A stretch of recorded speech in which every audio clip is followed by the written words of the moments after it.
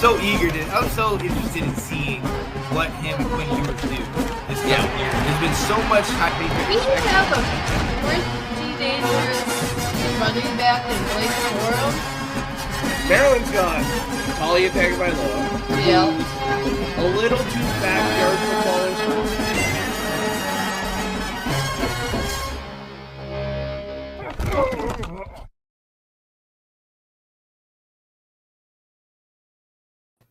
What is going on, ladies and gentlemen? It is your boy, Sean Spencer, one half of that dynamic duo that's Let's Talk Football. Check your calendar, ladies and gentlemen. It is Saturday, and if it's Saturday, that means it's college football. You see who I'm with. My guy from up north, Mr. Alex Loosmo. What's up, Alex? Not too much, man. Excited for the day of college football we got. There's a lot of big-time games, a lot of interesting matchups, so it's going to be a good day. Oh, absolutely. Absolutely. So definitely looking forward to getting into that. Want to shout out the people here. We got Kyle in here on two different platforms. This guy, the dedication to this first thing. I'm going to tell you. Love it. Oh, man, let's go. And I know you and I talked in the background, and you and I both have things that we're going to be doing, so we might not get a chance to watch as much college football, but I did want to say this, since you shared this with me. Happy Canadian Thanksgiving. Yo, I love this, man. Like, so is it like American Thanksgiving? Y'all do the, eat food and just hang out, or is it anything in particular?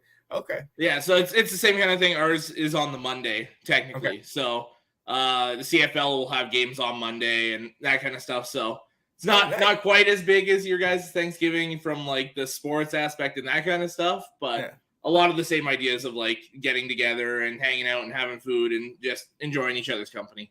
Oh, I like that. That. Now, does it have the same kind of backstory?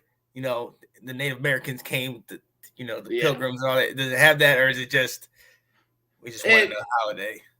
Well, it kind of has gotten away from that a little bit, but. Right. Well, so is American, right? Yeah. I can dig it. Oh, I like that. Oh, okay. Yeah. Well, yes. Happy Canadian Thanksgiving. Happy Thanksgiving. I don't need to say Canadian. I celebrate your guys' too, so. There we go. There we go. And you are invited to ours as well, man. Right. I love it. So, yeah, definitely get back to football. There's so much great football going on. And you know what, Alex, let's get right into it, man. We were here a couple days ago on Wednesday night for college football update. We're back today. Let's talk college football. And we had a lot of stuff already happen. There was a Wednesday game, which we talked about. Oh, my God. I love that. I love it, man. Oh, Wednesday football game, baby. Let's go. And then there was also some Friday night games. So we're going to go ahead and dive into the Friday night ones, give you a little Friday night recap. And, a team that we've been talking about most of this year because of their coach or ex-coach right now, Scott Frost in Nebraska. Nebraska edges Rutgers 14-13. I'm not going to say I'm excited for them, but it didn't look pretty. They were down 13-0 early, Alex. So what are we thinking, man? Is this good for them or what? A win's a win, so it's obviously good in that aspect. But from what Nebraska's normally expected to be, this is not good. No. You're supposed to be competing with the Wisconsins, the Iowas, the Michigan State, Penn State, Ohio States. You're supposed to be up in that tier. Not going toe-to-toe with Rutgers and what Northwestern has been and Illinois and that tier. Yeah. So I have a ton of confidence that they'll get back up to that level, but it's tough to see this level now. And like you brought up backstage where taking the knee at the end of the game and they bobbled the snap on that. It's like, it's just typical Nebraska football when it's been the last few years. It's rough. It is absolutely, man. And look, they're led by the Casey Thompson, the guy who used to be from Texas, transferred over here. had a decent day, 24 completions, 232 yards and 2 TDs, but also had the typical 2 interceptions, which is kind of become accustomed to what we've been seeing. You know what I mean? And, and this, it's crazy because what we're used to from the history, those of us that know that they're the blue bloods, was what? Michael Rozier with those guys in the middle running the ball. Yeah. They had under 75 yards on the ground. You know what I mean? We talked about it on Wednesday, Wisconsin, known for running the ball, and they had negative or 2 yards rushing or whatever, and the coach gets fired. I mean, I'm not saying 1 and 2 are together, but I'm just saying with identities and things like that, seeing this thing happen. But yeah, man, like you said, like we talked about, they fumbled. I'm glad you got the win, guys, but get it together. Yeah, exactly. Now on the flip side, because Greg Schiano was in everybody's face, he was getting at the refs, he was getting at his guys, and they had a 13-point lead going into half, and then give it up. I mean, is this who we thought he was with Greg Schiano? I personally think this was kind of a side effect of getting punched in the mouth by Ohio State last week.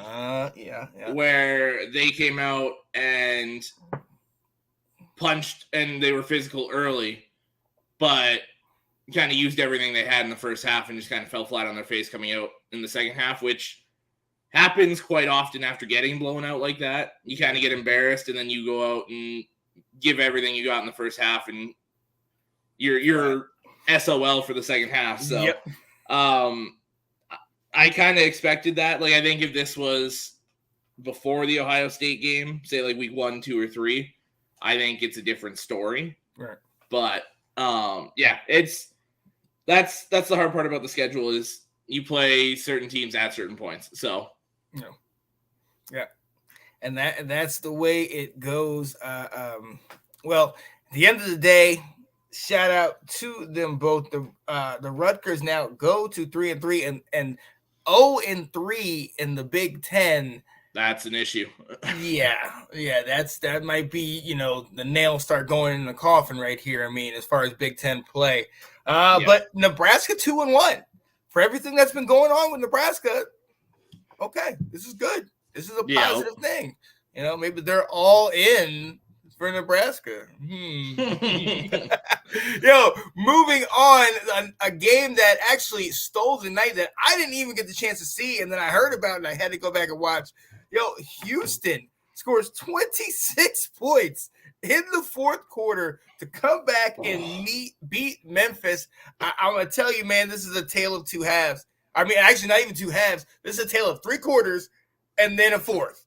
Okay? Yeah. Memphis they just looked like they were better. They were getting to Clayton Tune on defense. Their offense was moving the ball downfield. The problem, in my opinion, there was a lot of missed opportunities. There was a situation where the starting quarterback went out for Memphis. They brought in the backup, runs a read option, and totally has a clear. He is running, the 40, the 30, the 20, the whole 9, and then all of a sudden, that turf monster gets them, and then they end up having to settle for a field goal. I mean, little things like that. They weren't able to put away Houston in the first half. And fourth quarter, man, Clayton Tune, they get the onside kick. He's going off in this game. Alex, man. I love this. I love this, man. Talk to me about it. These are the games as a football fan you love to see because it's essentially 26-7 because they scored 10 seconds into the fourth quarter for Memphis. And it's one of those games you're considering turning the TV off. Mm-hmm. It's a lot like that Oklahoma State Central Michigan game from week 0, technically. 15. Yeah. Right. Yeah. And then you just see it start to click. So Memphis just kind of slacks off and Houston starts to get rolling. And like you said, Clayton Tune goes off, and then you have that 100-yard kickoff return and 2 more passing touchdowns from Tune. And like you said, Memphis not being able to close the door. That's the difference between good teams and great teams. Yep. Great teams, when they're ahead, are able to keep their foot on the throat and finish the game. Yeah.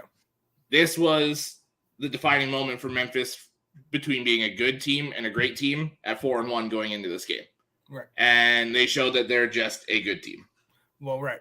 And I mean, as from one side for Houston, it's like, okay, we are like we're not. I know we're not what our record doesn't define us. We're not. It's not indicative of a record. But for Memphis being 4-1 and coming into this game, a lot of people were saying, "Oh man, they're a sneaky 4-1. They're a sleeper team. They're doing this and that." But like you said, they had opportunities. Not like they didn't score in the fourth. They hit 4 field goals. So that also means there's 4 opportunities that you had, moving the ball in the field. You could not get the job done. That's something that we need to look at going forward. But at the end of the day, shout out to Houston. Shout out to that coach. That Holmgren. Holmgren. Yeah. The old coach from West Virginia. Yeah. Got that comeback victory. And hey, keep moving on. Get a bowl. Make this season a respectable one. Because that early stretch was rough. Absolutely. Well, it was like, you look at Houston's record, yes, they're 3-3 now, but like they snuck past UTSA in triple overtime. Then they lost to Texas Tech in double overtime. Then Kansas beats them. Then they beat Rice. And then they lose to Tulane last week in overtime again. Yep. So it's like they've been in these games. The only game they lost by double digits was Kansas. Yeah. Every other team has been within 6 points. So it's their record definitely doesn't show what kind of team they are. Exactly. So this is definitely a good sign for them to keep moving forward. And Memphis, hey, season's not over. You still got good things ahead of you. So let's go ahead and move on. Speaking of victories, a team that desperately needed one, Colorado State gets the first win, edging out Nevada late 17-14. Alex, I'm excited for them. Is this a sign of the change of the winds, or did they just get lucky? Well, I mean, I think it's a little bit of both, because obviously you got blown out by Michigan, but that was expected. You get blown out by Middle Tennessee State, you get blown out by Washington State, and then you get blown out by Sacramento State. Yeah. So, I mean, it's definitely a team that's in a super rough patch. They were one of only 2 teams that hadn't won a single game in Division One. Now there's only one. They just happen to be in the same state. Yeah. But, I mean, getting that conference win especially is huge. Yeah. But, I mean, you still got Utah State, Hawaii, Boise State, Wyoming's 500, New Mexico. You've got a lot of teams that you're going to play that have 1, 2, or 3 wins here. Right. So you could make a push here and try to sneak into a bowl game, but it's going to be difficult. Yeah, you're going to have to run the table on that. Yeah. And look, I'm glad they got the W, although not to harp on the bad things, they had no offensive touchdowns. It was 2 interception returns brought back. Yeah. I mean, and even late, like when they were trying to when they're up 14 and they're trying to close it out, that offense could not close it out, and they brought them back in the ball game. And then even towards the very end, it's like, come on, we need something. Yeah. The football gods helped them out, and they got the job done late in the ball game. And I'm glad they got the field goal to win it. And look, at the end of the game, Boyle kicks the game winner. That the teammates, they lift him up Rudy style, and they're carrying him right off the field. Oh my goodness! And I mean, it was a funny scene. It was a beautiful scene. And then the sign of the times is that he sits there and says, "Hey guys, I gotta get down. I have an interview." Yeah. So shout out to Boyle. You got you're living high right now. You're gonna go into class at Colorado State and be like, "Yeah, that's right. That's right. I kicked the winner." The big man campus for a week. Yep. Right. Now, most of the people are gonna be like, "What's the record again? What? Yeah. We have a football team." But hey, shout out to you. Definitely get your day in the sun. And for another team that has been winning a lot and continuing to do it, San Jose State destroys UNLV 40-7. Shout out to Foobs, Andrew Faubert, who has been talking about these guys. And real quick, let's definitely do this, man. Shout out to our guy, man. Yes. Just got sponsored, moving up in the game. Yo, we are so happy for you on behalf of Let's Talk Football, on behalf of Let's Talk College Football. We definitely love everything you're doing. You and them Gators are always welcome here on Saturday morning. Let's get it. 100%.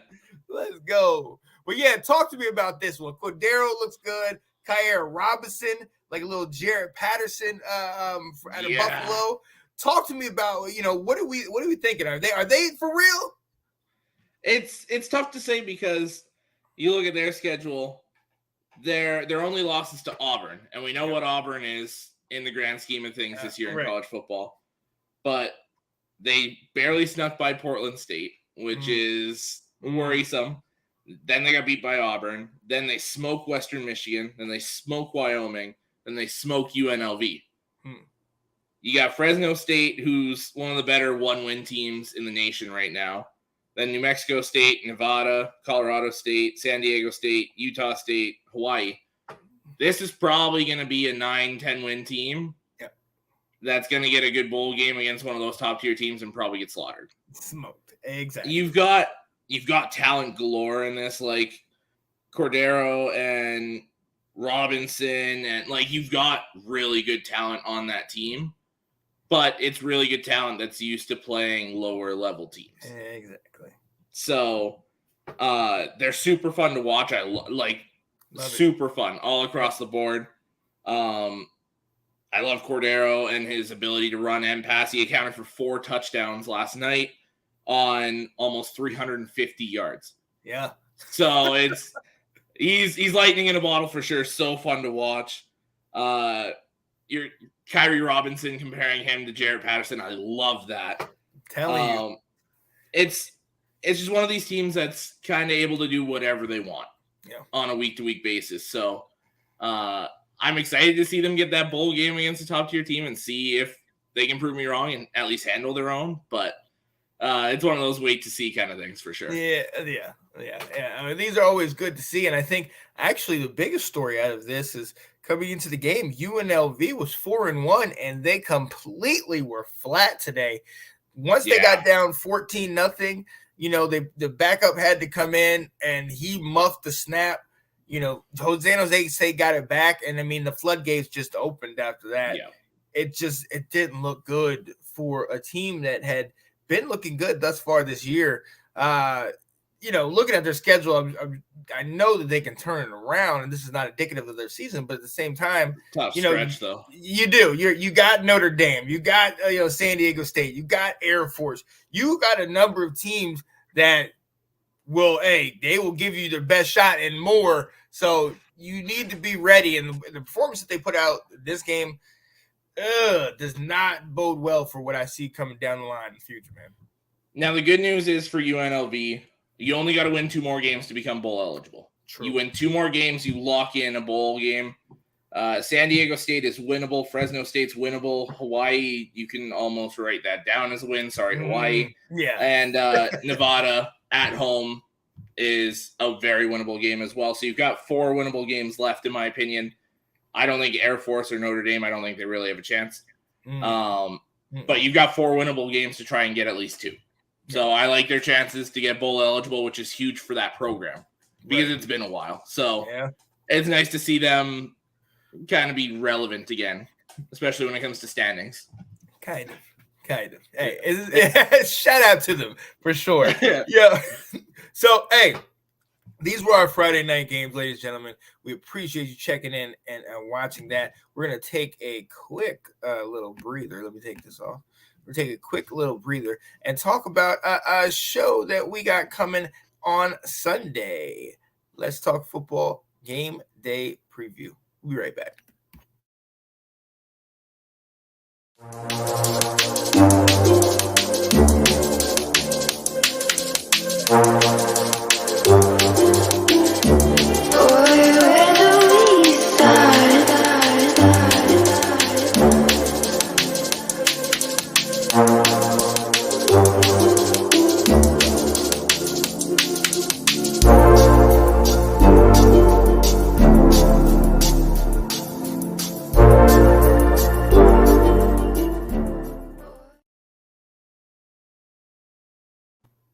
What's going on, ladies and gentlemen, and welcome back to Let's Talk College Football. Myself, Sean Spencer, this guy right here, Mr. Alex Loosemore in the building.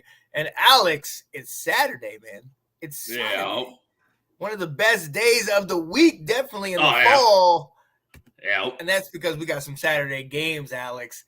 And got some big ones. And we got some real big ones. And look, if not for anything else but name alone, this is the weekend of the Red River Rivalry. Oklahoma playing Texas in an old school matchup, goes way, way back.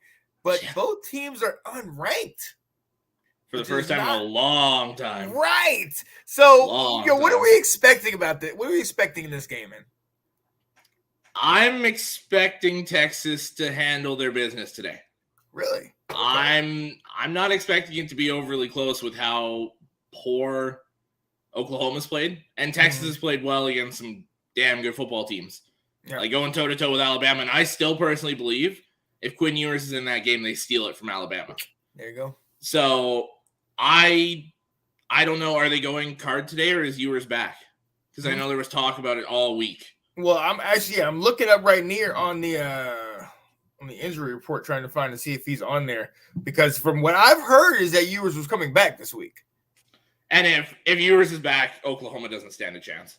Yeah. Ewers, the way he was playing before, is that guy this year. He's played very well. The offense clicks so much better with him. It's been good with Hudson Card still, but it's a whole different animal with Quinn Ewers. Yeah, so it says Quinn Ewers is expected to return after missing those 3 games. So that changes the entire dynamic of the ball game. Yeah. To me, I fully expect Texas to roll. It might be close early, but I think Texas probably by 2 touchdowns late at least. I can dig it. Yeah, I have to agree with you, man. When I watched what they played last week against West Virginia at home. They put up 28 early. And, it wasn't even close. And West Virginia's not a bad team, but Texas just was, boom, one after the other, putting it over the top all day. And then Bijan Robinson was also getting it on the ground. That's what OU is going to have to contain. Bijan Robinson and then Xavier Worthy, the top-tier receiver out of Texas. Yeah. You know what I mean?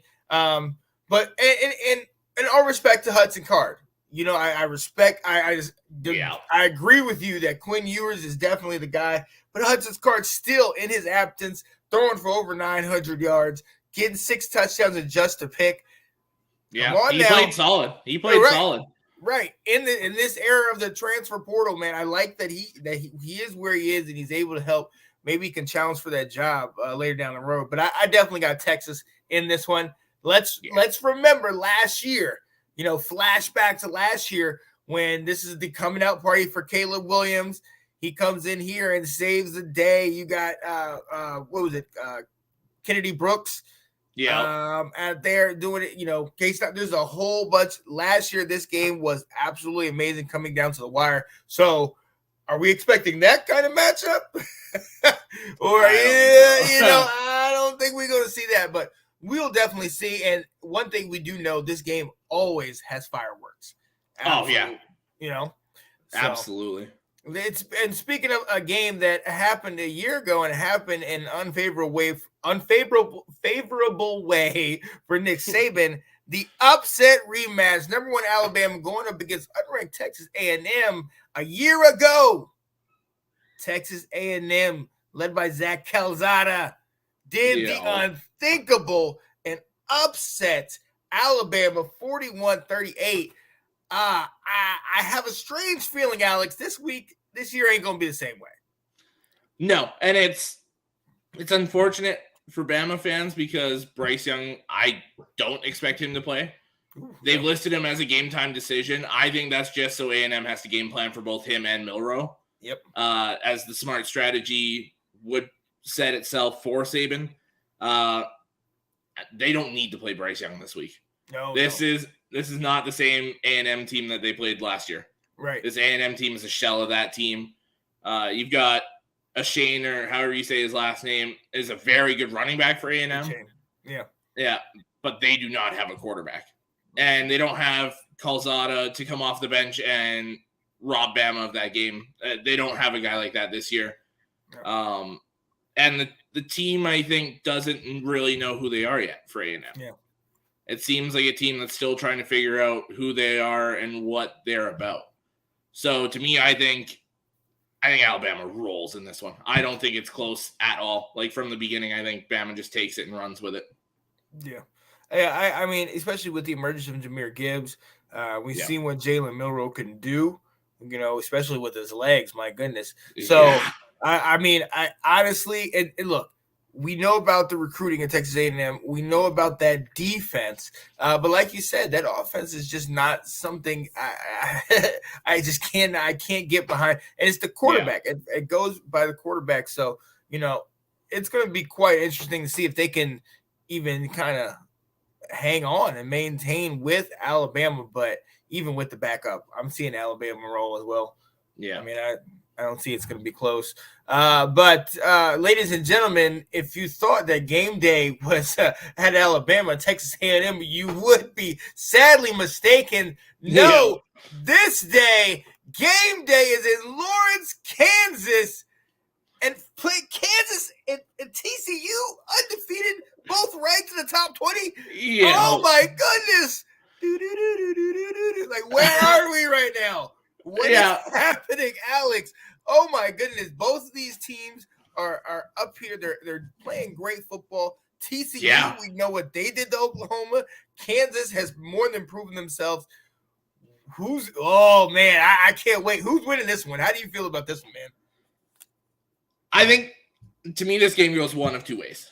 Either Kansas steals it in a close one, being at home and just being able to compete, or TCU rolls. TCU plays like they did last week against Oklahoma and just continues that, and they take over this game.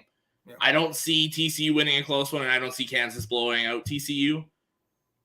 I'm leaning towards TCU rolling right now. Yeah. It's crazy to think, too, that you've got the Red River rivalry, you've got Alabama A&M with all the stuff that happened this offseason, and game days in Lawrence, Kansas. Right. But I wouldn't have it any other way. This is college football in a nutshell. Yes. Absolutely. Yeah. Absolutely. Number 17th ranked TCU, number 19th ranked Kansas. Whoever would have thought we were saying that. Right. Both teams are not these, perennial powerhouses. They're not the blue bloods, but I'm telling you, there's an emergence of these other teams, not just by the transfer portal, but also by coaching. You bring good coaches in there, then all of a sudden the culture starts changing. Then you can attract talent that wants to play. Look, I've always been the person that says, give me my 11, I will go up against anybody in the world. We might get worked, but let us sit there and figure out what we have to do. We're going to be all right. Okay? 100%. And that's how I feel. That's how these teams are playing right now. So this is absolutely amazing. The funny part about it is, they're pretty similar. When you look at the tail of the tape, you know what I'm saying? TCU gets, scores about 48 points a game as opposed to Kansas at 41. And they allow about 22, 23 points a game on the defense. And the thing is, they give up about the same amount of yards. Defenses are playing pretty. I mean, it's neck and neck right now. So this is going to be a type of game that, if you go back to College Football Update, we talked about. There's certain guys that are on that Heisman watch list. Jalen Daniels, the quarterback.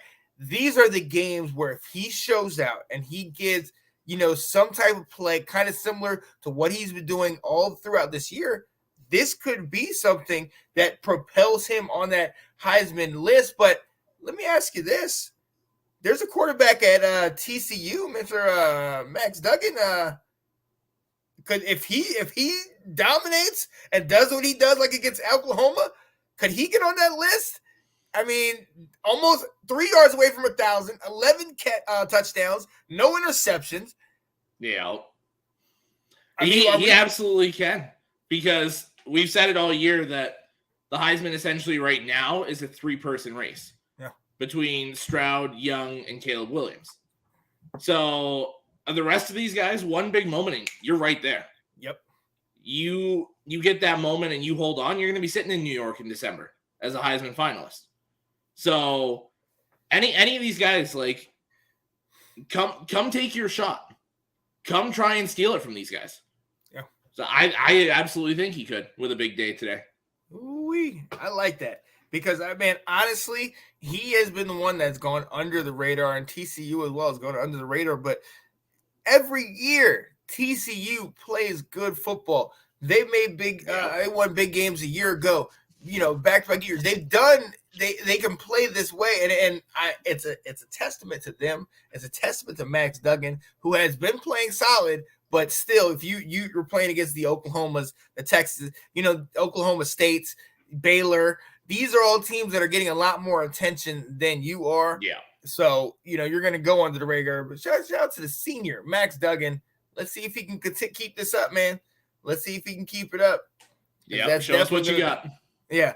Keep coming. Come on. Yep. Come on. Yep. But, let's move on. Let's go into the SEC, a team that I've been talking about and one of my Heisman hopefuls, Mr. Hendon Hooker and the number 8 Tennessee Vols, playing Brian Kelly, accent or not, and the number 25 LSU Tigers. First thing I'm going to say is this is an early game, but damn, it would have been so much better if it could have been under the lights. Baton Rouge at night is a whole different scene. On. I don't think they were expecting this level of matchup when they booked it. Very true. So, yeah, that's unfortunate. That's the type of atmosphere that when you're looking at this game and you see that, one's 25, one's 8, that's the atmosphere that levels it completely. Because going into there at night, that's something, man. Yeah. That's absolutely something. But look, going into this game, we know about Hendon Hooker and that Josh Heupel, that offense, and how fast-paced, up-tempo it is. But look, Brian Kelly, outside of the 24-23 loss to FSU, which, technically, how close are we to that thing being tied or winning? This thing that he guys going in Louisiana, they're not bad. They're actually pretty good, Yeah. So, this looks like a closer matchup than we thought. What are you thinking, man? Yeah, the spread, I don't remember what it is right off the top of my head, but it's within a touchdown, I believe. Yeah, Tennessee by 3 right now is what they got it. So, and I'm expecting by like 6 to 10 for Tennessee to take it because I feel like there is still a gap between Tennessee and LSU. Yeah. But Death Valley and Baton Rouge there, that's no joke. That's one of the toughest places to play no matter what level that LSU team is at. Yeah. Day or night does not matter. It is a tough place to play. And if Brian Kelly can have these guys focused, ready to go, then who knows what's going to happen today with that game. Yeah. And I think the biggest thing is going to be for quarterback Jalen Daniels. One of the things that Brian Kelly was saying is that we're too conservative on offense. We're not pushing the ball down the field. And a lot of that goes to Arizona State quarterback Jalen Daniels, who's kind of seems more timid, more afraid to throw in those tight windows, man. If he is able to push the ball down the field and really get it in those tight windows, that could change the whole dynamic. But for me, absolutely, I think it has to go back to the Hendon Hooker. The fact that the more polished, he's set in the system. He knows what he's doing in this, and I like what I'm hearing from LSU. Their corners are really solid, but Tennessee tempo touchdown.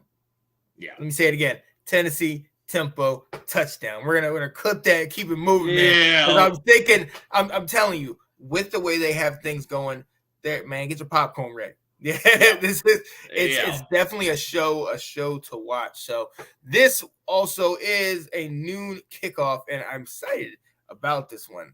I can't wait to see what happens in this one. But Alex, let's go. Actually, let's go to a quick commercial, and then we're gonna go to your games to watch for. All right. Here we go. And this is all the shows on Let's Talk Football.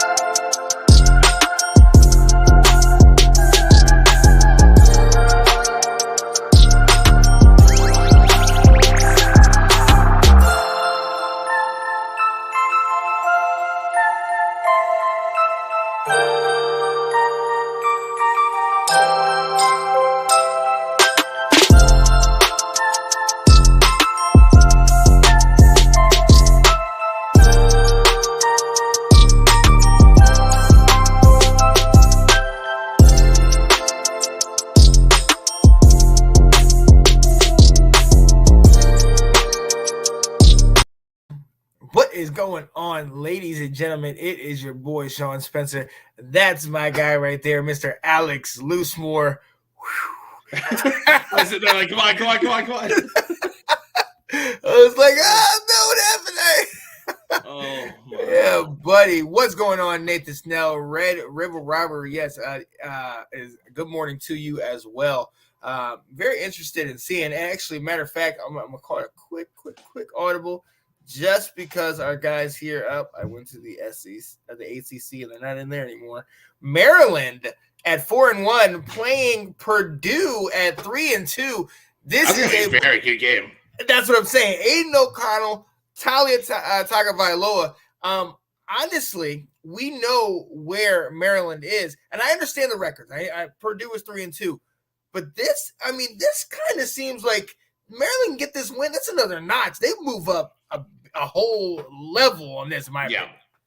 Yeah, absolutely. Because if you look at Purdue, yes, they're 3-2, but they took Penn State to their absolute limit, who's undefeated and who's, I believe, 10th in the rankings. Yeah. So it's like Purdue's no slouch. They've played very good teams very close. Yeah. So Maryland, if you want to be that tier where I think they already are. I think they're that second tier in the Big Ten, right below the Michigan, Penn State, Ohio State. And that's kind of its own group. And then you've got that second tier of Iowa, Illinois this year, Maryland. Still very good football teams are going to get good bowl games, probably somewhere between 7 to 9 wins. I expect Maryland 9-10 wins this year. Oh, yeah. Based on how they've played. So this is that kind of game that you got to win. Yeah. And I think they're going to win a close one, but I expect fireworks. We want to talk about a game with just lots of scoring. Talia and O'Connell and I expect them to light it up. Oh, yeah. Oh, yeah. Shootout at the OK Corral. It's just going to be fireworks all over the place, and I absolutely love it. But I had to get that comment in. Shout out to our guy, Nathan Snell, host of Big Nate Sports Talk podcast on One Nathan Snell. That's his YouTube channel. Definitely go check him out. Stay tuned, Nathan. Absolutely. We're going to talk a lot more football. Alex, I'm going to come to you. Boom. Alex's games to watch for. Alex, what are some of the games that you're looking for today that might not be, what everybody else is talking about? All right, so I got one that a lot of people are talking about, Utah and UCLA. Oh, yeah. Because this is going to kind of get a front runner in the Pac-12. Who's going to match up with USC the rest of the way? Because Utah, UCLA, and USC, only one of those teams is winning the South there for that conference championship game. So, and I believe Utah plays USC next week, if I'm not mistaken. So, Utah better not look ahead to USC next week because UCLA will pound the ball, pound the rock, punch you in the mouth. Chip Kelly's got a physical team in that Pac-12. Oh, yeah. Especially offensively. So, Utah better be on their game tonight. I expect Utah to take it in a very close one. I think Utah by like a field goal. Okay. I think this is very close. But, yeah, UCLA is not a team to be slept on there, especially for Utah. My second game, one that I'm guaranteeing a lot of people aren't going to watch, Army and Wake Forest. Army has a game, at least one game every year where it's one of these ranked teams, and they go in and take them to their absolute limit. A few years ago, they did it to Michigan. They did it to Oklahoma. Like, this is a regular thing for Army to do. And Army has players, especially defensively, I can't think of the name, but I think it's Andre Carter, an edge rusher, that's supposed to go in the first round. So you've got legit talent there, but so does Wake Forest. Right. So this is a game where Wake Forest, if you want to be one of these top 10, top 15 teams, this is a game you handle. Yeah. So it's interesting for me to see what Hartman and Wake Forest are going to do against a solid Army team. And my last one, and it's a sneaky good game. I think you could consider it an upset game potentially. It's Florida State at NC State. There we go. NC State had that tough loss to Clemson, so they might be kind of in the dumps a little bit. And FSU is going to be hungry after that loss last week too. So you got two teams that are looking to rebound, two teams that, in my opinion, are still very close. I know FSU's unranked and NC State's ranked 14th. But these are two very good teams. Yeah. So I expect this to be low scoring and very close, but I do have NC State taking it by a field goal. Oh yeah, absolutely. And real quick, let me say this right now. Our college football update on Wednesday, I said the name of the quarterback incorrectly. I called your quarterback Devin O'Leary. I understand. I've gone back. I've checked myself. It is Devin Leary. Yes, I am a Tar Heel fan. I am not taking a shot at the Wolfpack. We'll do that on the field. All right. But I did want to apologize on that one. So, yes. I absolutely agree. We've talked about NC State being more of a complete team, but we also talked about Norvell being kind of on the bubble, on the hot seat. I think his play, the way the team has played this year is a definite improvement in Florida State. But this is the type of game that's definitely one of those signature games that can kind of push you over the top, beating a ranked opponent in NC State. So we'll see. I like that. I absolutely like that. Nathan said, "How do y'all feel about Jackson State?" To me, they're so fun to watch. I love, obviously I don't get to see too much because it's not on TV, especially up here very much. But the little bits I've seen, Shadur Sanders is lighting it up. Oh, yeah. Dion's got that team playing like a Div 1 football team, in my opinion. Oh, yeah. I love watching them. To me, it's so fun. Oh, yeah. Absolutely. Absolutely. Yeah, no, I have no complaints. I absolutely enjoy it. Now, I do have a little bit of old man in me, a little bit of my granddaddy in me that's like, the only reason they're on TV is because of Dion. What about the rest of the small schools? That's I was watching football with my granddaddy a couple weeks ago, and he said that. I was like, granddaddy, I mean, it's good for, HBCUs. He was like, just because of Dion. I was like, oh, my goodness. So, but, so what if it is? It's still good football. Hey, we're talking about, that's my granddaddy. I love him to death. This definitely is some of that get off my lawn. I will never call them anything other than the Redskins. They're like, granddaddy, that's kind of racist.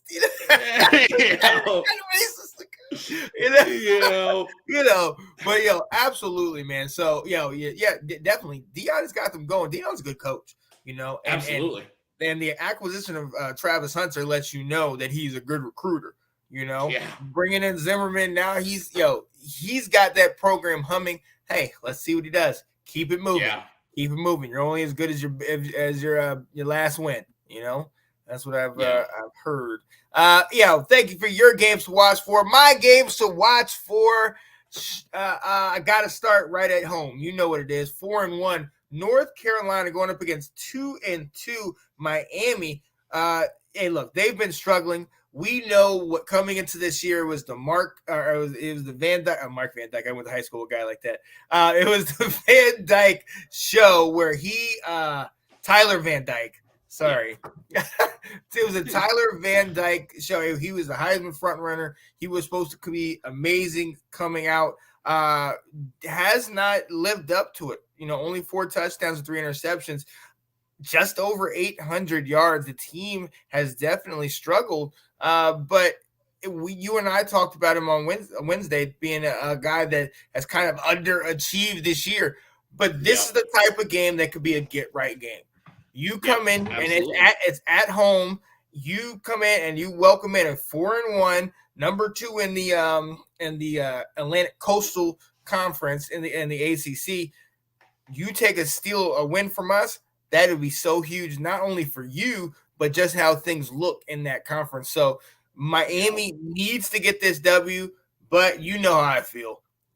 Tar Heels, Drake May has absolutely been superb this year.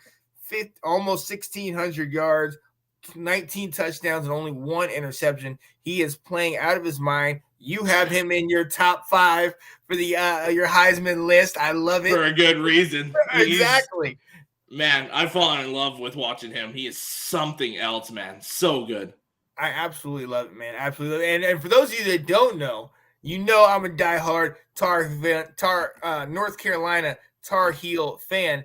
And his older brother played for the North Carolina Tar Heels in 2016, Luke May, and he was, I think, our power forward, and he hit a game winner against Kentucky to propel us to the Final Four. We ended up winning the national championship that year. So when I heard that connection, I was like, "Oh, are you serious? That's a cool connection. It's meant to be. This is it.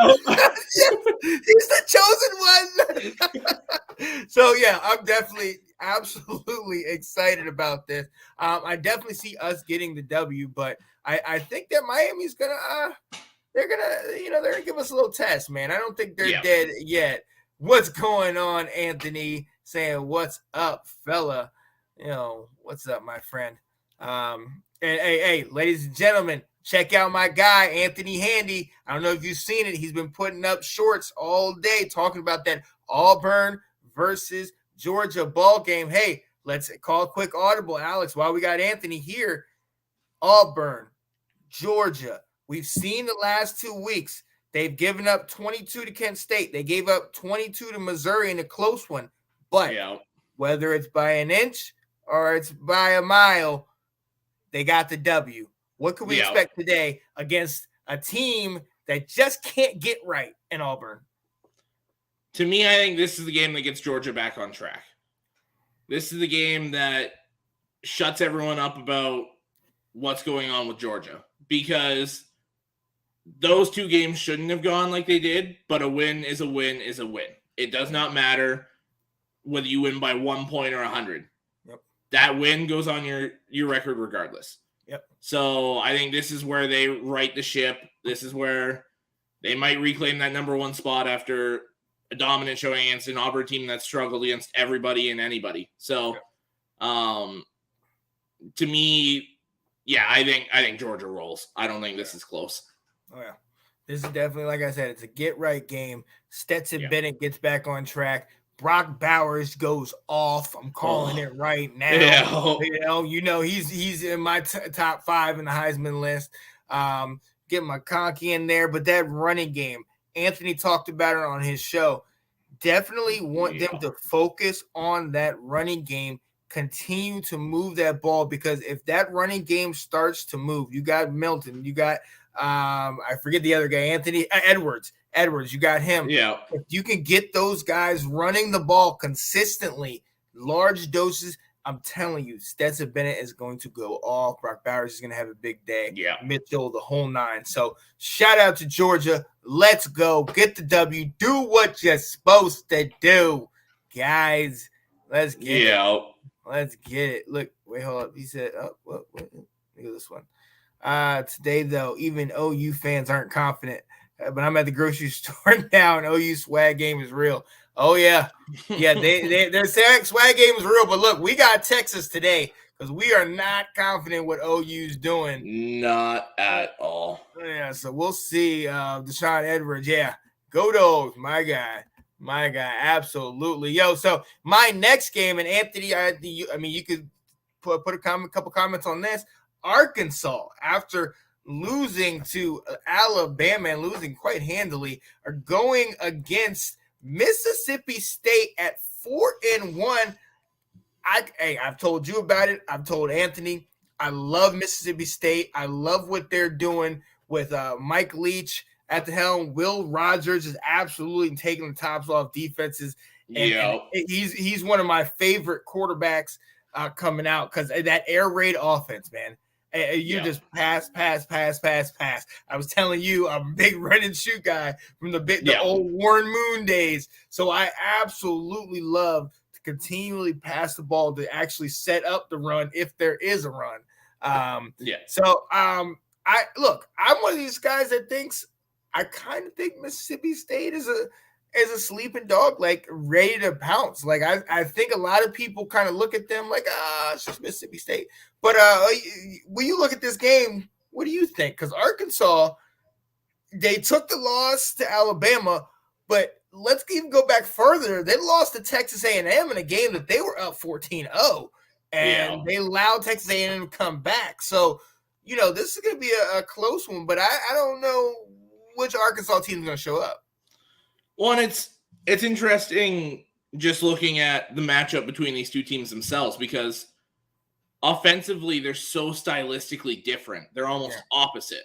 Right. Where with Mississippi State, you have that air raid where it's pass to set up the run with Will Rogers and what Mike Leach is doing there, like you said. And then you've got Arkansas, where it's KJ Jefferson is controlling that run game, and they pound the rock and push it down your throat with the run game.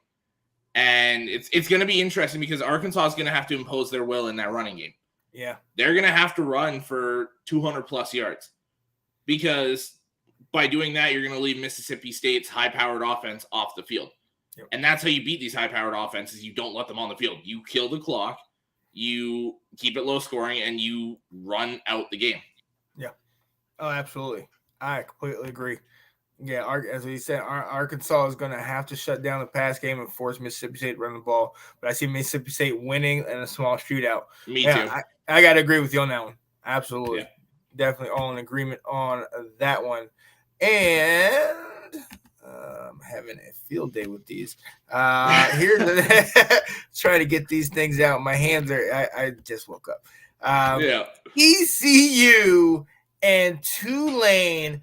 This is one of those games, ladies and gentlemen, that a lot of people might have to look up and say, "What ECU? What Tulane?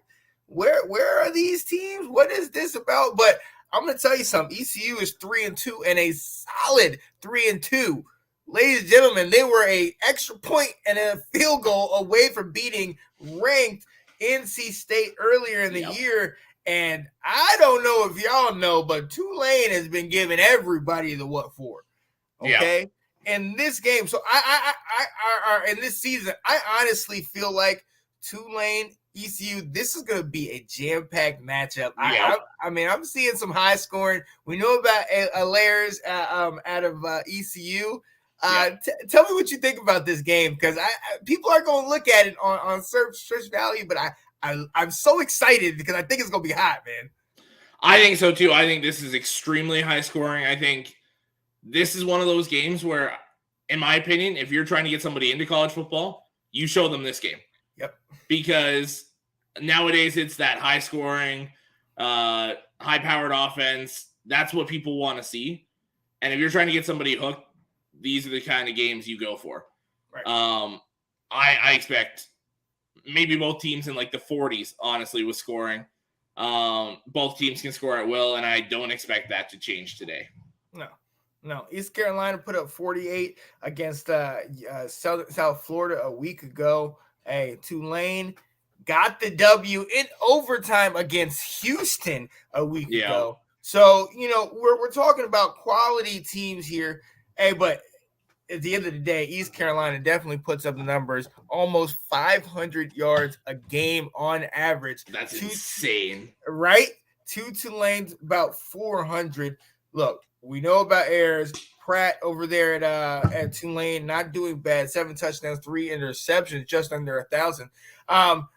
Look, these offenses are high powered. These offenses can get it done. We're gonna have to see what the defense could do to see if they can hold out, and it's gonna come down to what defenses can take the best stand and potentially stop the other squad. So this is gonna be a high scoring one, but I'm excited to see what happens.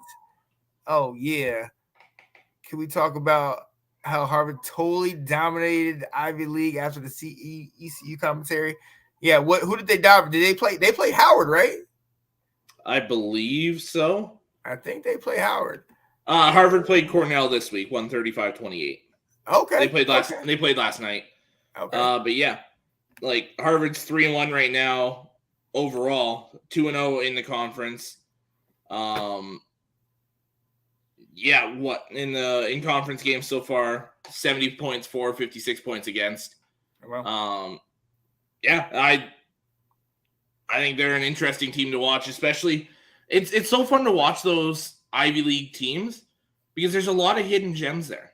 Yes. There's so many players that you look in the NFL, for example, Ryan Fitzpatrick. A lot of people don't know that he was an Ivy League player. Like there's players hidden on these teams that go and do something with the football career. So it's a lot of fun to watch these teams from time to time.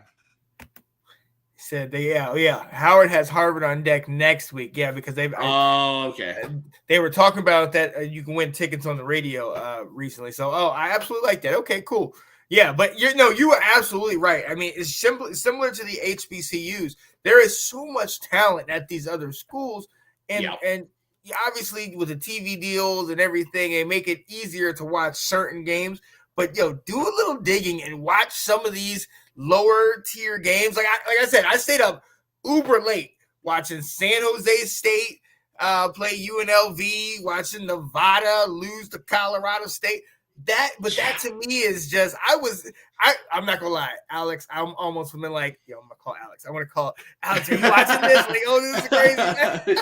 Yeah, I'm so into it, man. So definitely. Well, and that's one thing that I always try to get across to people when I'm talking college football too, is like, yeah, it's great to watch Alabama, Georgia, LSU, Ohio State, Michigan, USC, all these big time teams. Go watch those small time schools too. Go watch Div 3. Go watch Ivy League. Go watch Towson. Go watch all these really small schools. And it's just as fun to watch those as it is the big schools. Exactly. I love just the different levels of talent we have and how intense and great all these games are across the board. Right. I mean, you're truly going to find something that you absolutely love. And I'm telling those games, oh my God. But look, we have to move on real quick. We so appreciate you being here with us. College football is less than an hour away. And for it being college football, we know what we expect. But we're here to talk about the unexpected. We want to go into our upset picks for week 5. Alex, I am going to I'm going to go to the SEC and a team I started with. I said Vanderbilt would have a sweet start to the season. They went 3-1, now 3-2 after getting mollywopped by Alabama, but kind of expected that. That's we'll give you that. It's a mulligan. Against undefeated Ole Miss, top 10 ranked Ole Miss. They have a solid running game. We know about Jackson Dart at quarterback, but I think the upset could happen. Vanderbilt, I think, could get the W in this. Talk to me. Do you agree? What do you think? I think it's a realistic possibility, and there's an easy way for Vanderbilt to do it. Make Jackson Dart beat you. This run game is among the best in the country with what they've got at Ole Miss. So shut that down. Do everything in your power to limit that running game and make Jackson Dart beat you, because he's one of those quarterbacks, he will still make mistakes. Mm-hmm. Offensively, you're going to have to be essentially perfect. You're going to have to score on almost every drive, because that's just how you beat these high-powered teams. Yep. And make Jackson Dart beat you. Score early, score often, and then make them throw the ball on you. Mm-hmm. That's the way you try and steal this game from them. Yeah. And you have to utilize the rushing game. I mean, they average, Vanderbilt averages almost 200 yards on the ground a game. You are going to, like you said, keep that great offense off the field, continually running the ball. And Ole Miss, who are so powered, they almost average 300 yards on the ground for their offense. Yeah. They barely average 200 in the air. Make him pass. Make him throw it over the top and force them to make plays. And look, those are the ways. Keep him off the field. Force him to do what he's not comfortable doing. And that's your way to get the W. Mollywop. Hey, I wonder where Sean got that word from. I've heard. Wait, get out of here, man. See these Georgia boys? They think they teach us everything. Get out of here. Get out of here. They won one national championship. You're right. Look at this. One champ. Come on now. Hey, moving on to an upset. Only, I think, in my opinion, only in by one's ranked and one's not. I think these two teams are a lot closer than the ranking might describe. Notre Dame, I have upsetting number 16 BYU, led by Jaron Hall. Our guy Andrew Faubert was talking about the other day. I know about the start. We know about the struggle, the early loss to Ohio State, the loss to Marshall, but we know about the resurgence. They put in good work against North Carolina. in our game and took that W and have continued to have that success. What are we expecting today? I think Notre Dame can get the job done in this particular game, if not for anything else than the fact that Notre Dame has just got the momentum, I believe. They got the momentum at the moment. And BYU, while very good, that defense for Notre Dame is something to talk about. So what are you thinking about this game? Yeah, Notre Dame's still got a top-tier defense. I don't know that it go top 10 anymore, but it's still up amongst the best in the nation. So they're going to limit you every game. And Notre Dame has that offense where they can dink and dunk the ball down the field and nickel and dime it. You've got Michael Mayer. You've got talent on that offensive side of the ball, too. So Jaron Hall's going to have to be perfect in this game. Yep. He's going to have essentially his Heisman moment in this game. Yeah. Because while Notre Dame's 2-2, like we said, the spread was like 25 points or something, or close to 20 points against Ohio State. They lost a very close game against Ohio State in the horseshoe. That doesn't happen very often. Exactly. And like I said earlier, you lose one of those tough games, and it's easy to come out and fall flat on your face. They did that against Marshall. Miami did the same thing with A&M and Middle Tennessee State. That happens on a regular basis. So while it was a tough loss for Notre Dame, to me, they're one of the best 2-win teams in the nation, without a doubt. Oh, yeah. So to me, BYU better not be looking past them. I don't know what the rest of their schedule looks like here, seeing as they're both independents, but I think Notre Dame's going to come ready to play, and I agree with you. I think they steal it. Yeah. And look, and to that point, BYU does not have an easy schedule going forward. No, they have Arkansas. They have a 4-1 Liberty team that we've seen by the highlights are doing pretty well. East Carolina, Boise State, Stanford is in that mix. While they might be struggling, and hopefully Shaw can keep his job, they will still be a tough test. BYU is going to have a gauntlet that they're going to have to run through later throughout the season. So this would be a game that would definitely help them down the line. And the game that you talked about earlier, Florida State, NC State. Again, Wolfpack fans, that's not a little N. I'm not sitting here trying to demean your little team. Little team. We should be ranked. Let's go. I agree. Yeah. So, but FSU, they and I think a must win just to keep the credibility, to keep that momentum going against the team. And NC State ranked, but not overly exciting. Maybe is that bad to say? I think that's the perfect way to put it. They're a team that just comes in, handles their business. They don't wow you on the field. There's not the flashy plays. They just come in. They manhandle you, they do their business, and they leave. Oh, yeah. So I think Florida State, they've shown the ability to have the big play this year. Yeah. And that's how you're going to beat an NC State. You're going to have to go over the top. You lull them to sleep with the running game, the short passes, and then you play action and take your shot deep. Mm-hmm. And if you make Devin Leary and that offense have to push where they're uncomfortable doing that. They like to control the clock, control the game. If you force their hand, things could get ugly for NC State, and Florida State could take this and not really look back. Yeah. Oh, absolutely. And I think the story of this year is their quarterback, Travis. I mean, he's playing well. He's playing absolutely well. 8 touchdowns, only 1 interception, over 1,200 yards in the air. Like, from the struggles that he had a year ago, it makes you feel good to see how well he is playing. Look, NC State and FSU just coming off that loss, and NC State coming off the loss to Clemson, FSU coming off the loss to Wake. They both are going to be hungry and ready to go. And this is one that FSU, I think they got this, man. I hope they got could easily this. Take it. I think they could take this. Shout out to Andrew Frobert. Yeah, we talked about San Jose State earlier. He said, Alex, I screwed up. San Jose State plays last night. And they played a damn good game. Right. They handled their business 40-7. Yeah. Andrew, what do you think about your boy Cadero, man? That quarterback is pretty nice. Little Kyrie Robinson and running back. What are we talking about, man? Yeah, I like what they're doing there. I love it, man. I love it. I'm glad that they're doing that, and they're getting a little bit of attention. But again, you got to be a late night guy to want to watch those games because these games do not come on early. You know what I mean? When you get a 10:30, 11 o'clock start Eastern time, you know that's Well, what are they doing, honestly? Like, these games should be your Saturday afternoon games. These are that second set.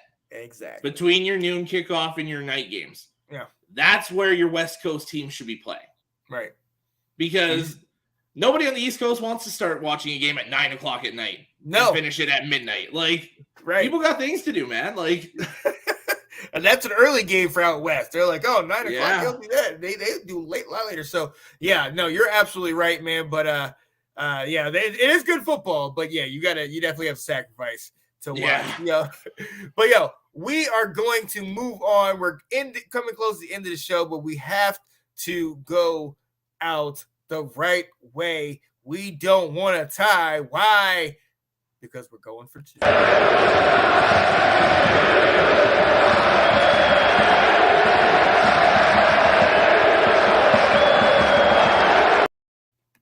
Yeah, buddy. We are going for 2 on this college football Saturday. It is at almost 11:30, 30 minutes a game from 30 minutes away from game action. I'm excited. I'm so excited to miss a whole day of football because I'm going to be driving. Oh, man. Alex, going for 2, man. One more thing. Talk to the people. What you want to say? All right. Well, this was a perfect time for Andrew to show up because he's the inspiration for my going for 2. Is continue to do these things you love to do. With whether it's these podcasts or whether it's a hobby you have, if you enjoy doing it, keep doing it. And good things are going to come no matter what. So keep working at your craft, keep doing what you enjoy doing. Yep. And it's going to work out for you eventually. Yeah, absolutely. Absolutely. Mine's like right along those lines. It's, it says in the Bible, it says, give a man a fish, he'll eat for the day. Teach a man to fish, he'll eat for the rest of his life. I'm all about, talk. Hey, come on the show. Let's do this. When I sit here and talk to people and bring them on, I want them to have their own. I'm already thinking about what you can do down the line and this like that, because when you do this, the passion for it, if that passion is there, I let it ride. Let it go out there because that's something that this field needs. There's a lot of people that can just talk, yap, but the people that deep dive, do this type of work, come in here day in and day out and just like, oh, did you see that? Constantly focus on, oh, wow, look at that. Oh, I heard this quirky stat about this team. Or what I mean? That's the type of stuff. So when we get out here and we do this, man, it's all about elevating. Because if I push everybody else up and help that, there we go. We're creating something good. And to be honest with you, the things that we have to say, I honestly I'd like to listen to that more than I like to listen to any of those talk shows or day shows. Or, you know what I mean? I'm like, oh, okay, all right. I wish I was talking. I'll listen to us. I'm not gonna lie to you. This week, I listened to our show, the ladies' show, Andrew's show, Kyle's show, the round table, just in the succession back to back, and I didn't listen to the radio not once. That to me is the most. I absolutely love that because I'm excited about listening to it. I want to listen to it again. I rewound it and listened back like it's an old TV, a cassette. Yeah. You know what I mean? That's why I do this. That's why I love that you guys are with me to do this. So, going for 2, man. You do your thing, but help push other people up, man. 100%. Bring them up, man, because that's just the blessing of all this. So, ladies and gentlemen, college football is under 30 minutes away. We have so many amazing games. I'm excited to see what happens today. Alex, real quick, I talked about my game. You guys got a matchup against Indiana, but Indiana's no slouch, man. What are you thinking? I think will end up handling the game fairly easily, but I think Indiana's going to scare people right off the bat. They're a very scrappy team. Tom Allen has that team ready to fight week in and week out, no matter who they're playing. Yeah. So I expect them to kind of punch us in the mouth early, and then we'll respond and do what we should do as that top 4 team. But I don't remember what the spread's at. It's mid to high 20s. I don't necessarily know that we'll cover that. I think it's going to be right around there. 3-4 touchdowns. Like, we'll win it easily. Yeah. But I don't know that it's as easily as they necessarily should win it. Ooh, okay. I like that. Now, over or under on Blake Corum getting 200? Oh. I don't know if I'm sold on that Indiana defense, so that's what I'm saying. I might go the over, and he's done it like 2 or 3 times already this year, so it's hard to bet against him. So exactly, yeah, I'll say over. I mean, you want to talk about a Heisman moment? Pull 200 in a Big Ten conference game, man. Come on now. Yeah, you know. So hey, ladies and gentlemen, we appreciate you being here, watching us, and talking a little college football with us this morning. But we are going to go ahead and let you go so we can get all the foods we need. No, actually, I'm just kidding. We're both driving places and will not be watching college football today. So kind of sacrilegious. We're talking about this and won't be watching anything we're talking about. So you guys tell us what happens. Keep us updated, man. I got to say to my guy, Mr. Alex Loosemore, on the Canadian Thanksgiving, I am thankful for you, my friend, because I'm going to tell you something. There's a lot of people that can talk college football, but there's very few people that just deep dive into the deepest parts and keep bringing it out. That's something we are on the same wavelength on, my friend. So I appreciate you. My guy over here, Mr. Alex Loosemore. I'm your boy, Sean Spencer. Enjoy a good day of college football. Yes. We will be with you this week, hopefully this Wednesday. Got to book that down, and we will definitely talk some college football. Have a good day, guys. Peace.